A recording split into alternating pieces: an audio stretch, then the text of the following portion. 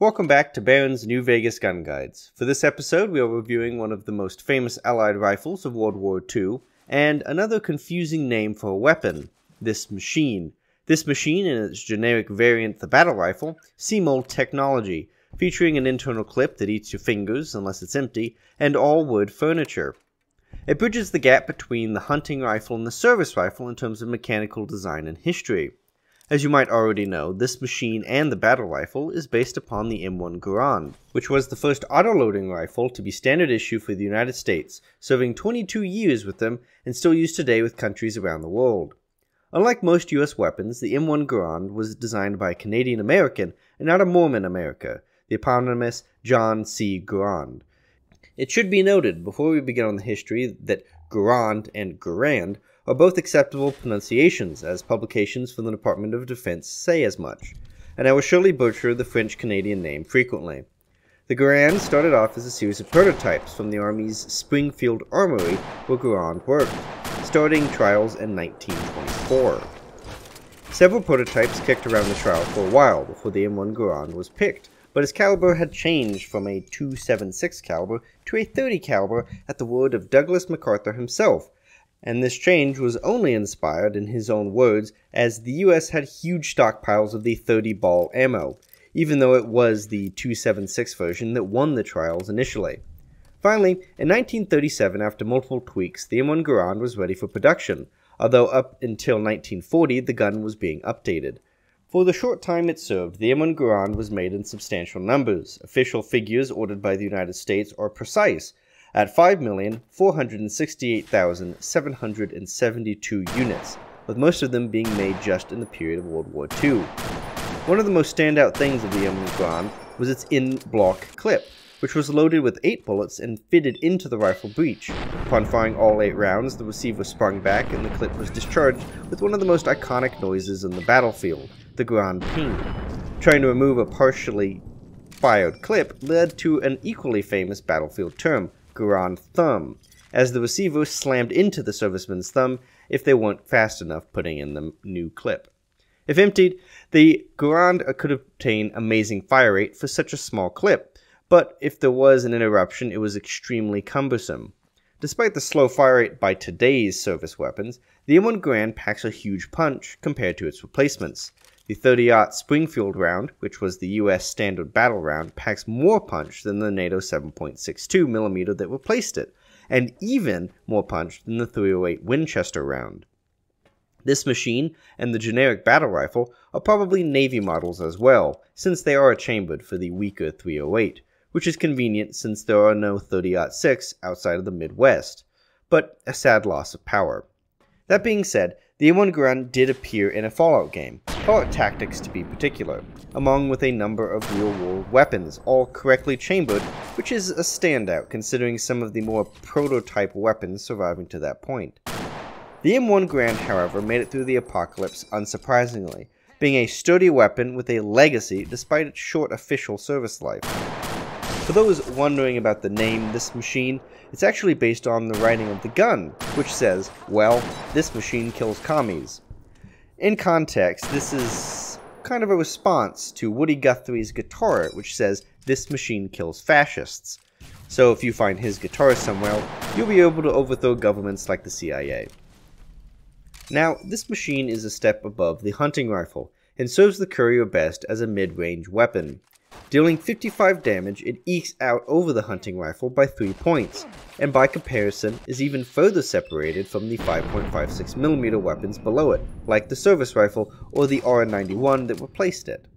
With a rate of fire of 2.14 attacks per second, it's slower than its service rifle competitors, but much faster than the hunting rifle. Its DPS then for the first 8 shots, or about 4 seconds, is 117.9 damage per second. After that, you have to consider its 1.9 second reload, which gives us 78.1 sustained DPS, which is double the hunting rifle.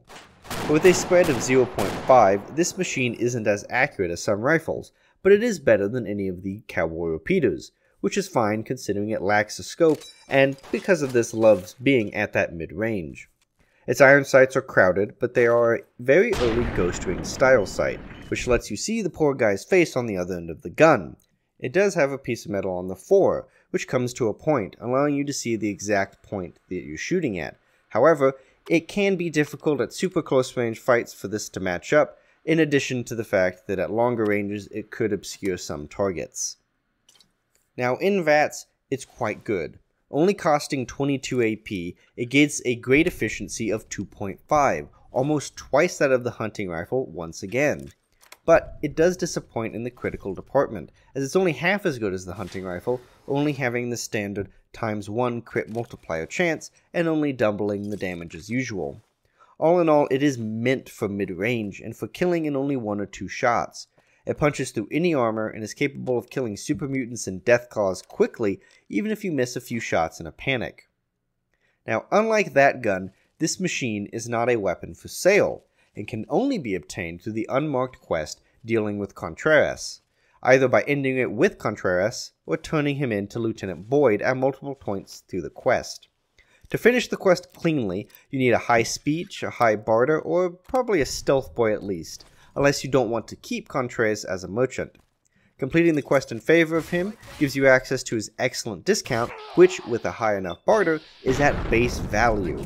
That enough makes this machine almost a negative cost to obtain. Now, but if for some reason you don't want the rifle, it does have a value of 2,800 caps, which is not a lot, but it is something.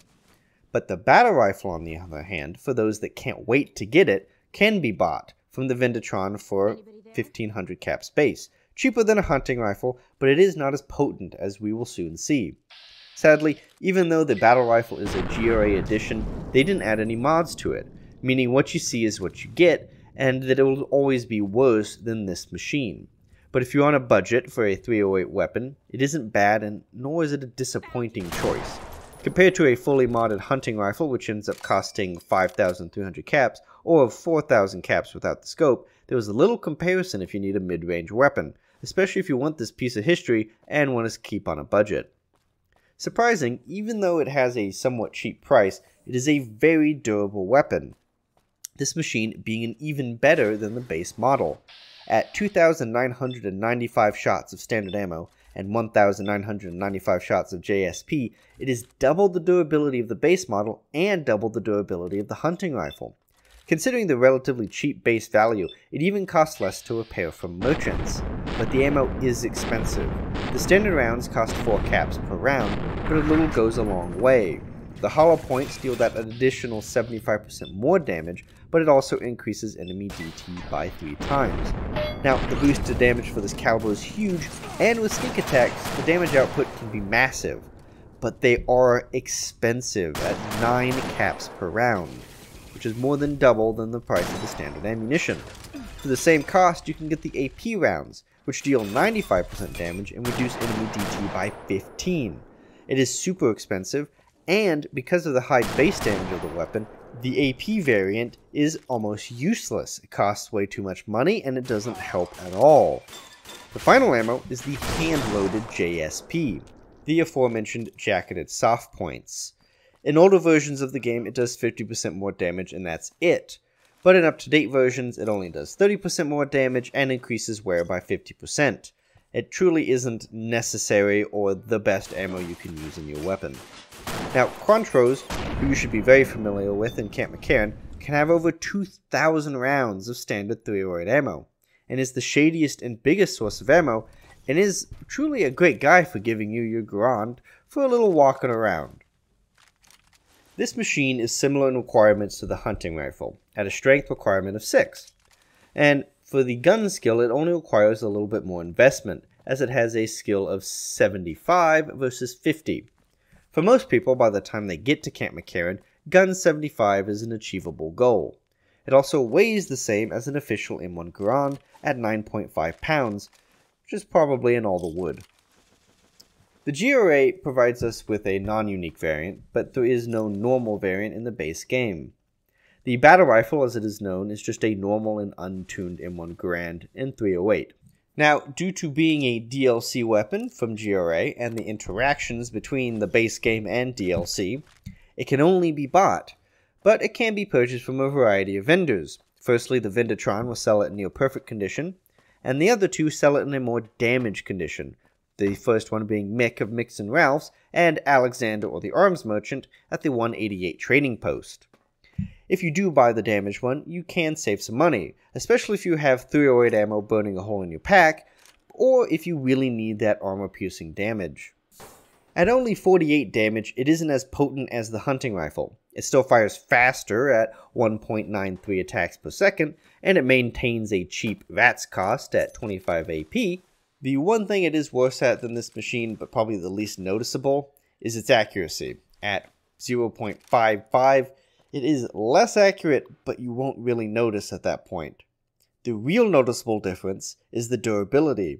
At 1,495 shots of standard and 995 shots of JSP, it is the same as the hunting rifle in half of this machine. So while it doesn't last as long, it serves a similar space as a mid-range weapon in a bigger caliber than its concurrent peers.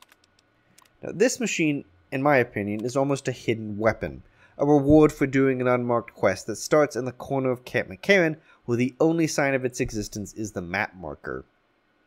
But it is an easy quest to do, only requiring a little bit of exploration in pretty tame places. The most dangerous thing to encounter being a fire gecko and some fiends.